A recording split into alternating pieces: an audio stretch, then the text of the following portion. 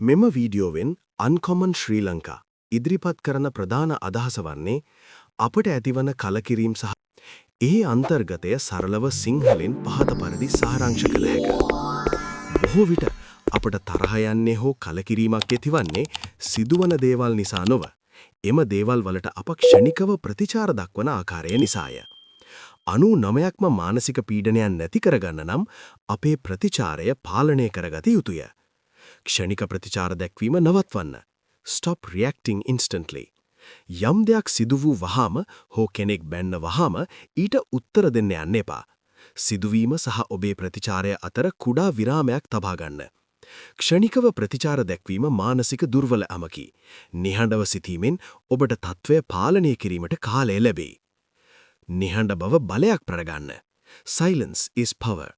සෑම දෙයකටම පැහැදිලි කිරීම කරන්න යන්න එපා. ඔබ නිවැරදි බව ඔප්පු කරන්න යාමෙන් වෙන්නේ ඔබ තව තවත් කලකිරීමට පත්වීමයි. නිහඬව සිටීම මගින් අනෙක් පුද්ගලයාට සිතන්නට ඉඩ හැරීම වඩා බලවත්ය. හැම වෙලේම ලබාගත නොහැකි වන්න. Don't be always available. අන් අයගේ ඕනෑ එපාකම් වලට ඕනෑම වෙලාවක available වීමෙන් ඔබේ වටිනාකම අඩුවන අතර එය ඔබටම වදක් වේ. ඔබේ කාලයට සහ මනසට සීමා මායිම් දාගන්න. අනුන්ව පාලනය කිරීම නවත්වන්න.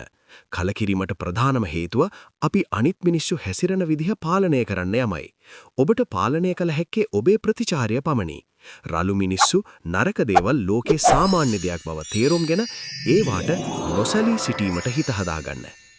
නිගමනය. මෙය නිකම්ම ධනාත්මක චින්තනයක් නොවේ. මෙය මනස පුහුණු කිරීමකි. කලකිරීම කියන්නේ බාහිරින් එන දෙයක් නෙවෙයි.